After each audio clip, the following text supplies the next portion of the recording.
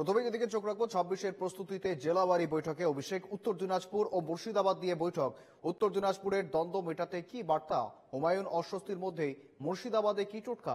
এর আগে কোচবিহার, আলিপুরদুয়ার, মালদা, জলপাইগুড়ি নিয়ে বৈঠক করেছেন অভিষেক দিল্লি যাওয়ার আগে। তারপর ফিরে এসে আজ ফের বৈঠকে বসতে চলেছেন মুর্শিদাবাদ, উত্তর দিনাজপুর জেলা নিয়ে।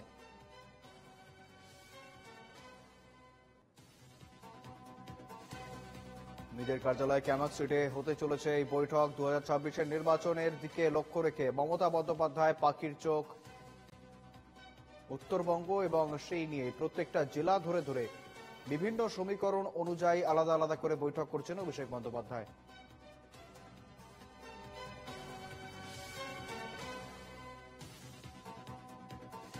ছাব্বিশের প্রস্তুতিতে জেলাওয়ারি বৈঠকে অভিষেক বন্দ্যোপাধ্যায়। সঙ্গে রয়েছেন প্রতিনিধি রণজয় মুখোপাধ্যায়। রণজয়, রীতিমতো দিল্লি যাওয়ার আগেও তিনি বেশ কিছু জেলার নেতৃত্বদের সঙ্গে বৈঠক করেছেন এবং ফিরে এসে আজও বেশ কিছু জেলার নেতৃত্বদের সঙ্গে তার বৈঠক রয়েছে। মুর্শিদাবাদ থেকে শুরু করে বিভিন্ন জায়গায় যে গোষ্ঠীদ্বন্দ্বের খবর বারবার উঠে আসছে, সেই গোষ্ঠীদ্বন্দ্ব কি সেনাপতি অভিষেক বন্দ্যোপাধ্যায়ের বৈঠকের পরে মিটবে বলে মনে করছে? সর্বতভাবে সেটা চেষ্টা করবে।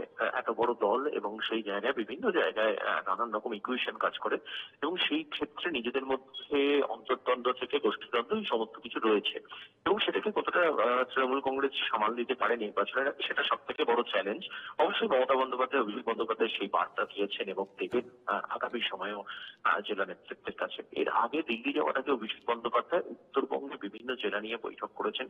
আলিপুরদুয়ার, কোচবিহার, জলপাইগুড়ি, মালদা নিয়ে বৈঠক করেছেন এবং তারপরে তিনি দিল্লি চলে গিয়েছিলেন এবং দিল্লি চলে যাওয়ার কারণে যে প্রস্তাবিত বৈঠক ছিল সেই বৈঠক পোস্টপন্ড করা হয়েছিল এবং দিল্লি থেকে ফিরে এসে ফের আজকে অভিষেক বন্দ্যোপাধ্যায় নিজের কার্যালয়ে সেই বৈঠক করবেন। উত্তর দিনাজপুর এবং মুর্শিদাবাদ জেলার নেতৃত্বদের নিয়ে অভিষেক বন্দ্যোপাধ্যায় আজকে বৈঠক করতে চলেছেন। এই রুদ্ধতার বৈঠক হবে এবং তুমি জানো যে এই জায়গা থেকে যারা মুর্শিদাবাদের যারা নেতৃত্বে রয়েছেন বিভিন্ন সময় তাদের নিজেদের অন্তর্দ্বন্দ্বের খবর সামনে এসেছে। সংবাদ মাধ্যমে মুখ খোলা নিয়েও একাধিক বিধায়ক তাদের তিরস্কৃত হয়েছে দলের তরফ থেকে, শোকজ পর্যন্ত করতে হয়েছে দলের তরফ থেকে একাধিক বিধায়ককে এবং সেই জায়গায় মুর্শিদাবাদ কিন্তু ভীষণভাবে গুরুত্বপূর্ণ আজকে এই বৈঠকে।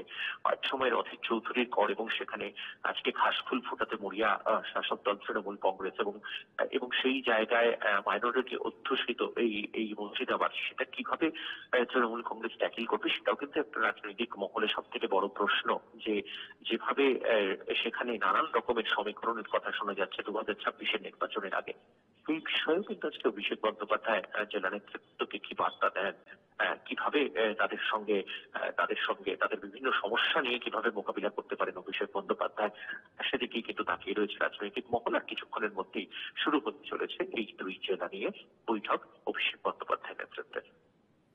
একেবারেই আমাদের অবশ্যই নজর থাকবে এই বৈঠকের দিকে, কি উঠে আসে বৈঠক থেকে বার্তা, আমরা অবশ্যই চোখ রাখবো সেদিকে। আপাতত ধন্যবাদ তোমায় রণজয়।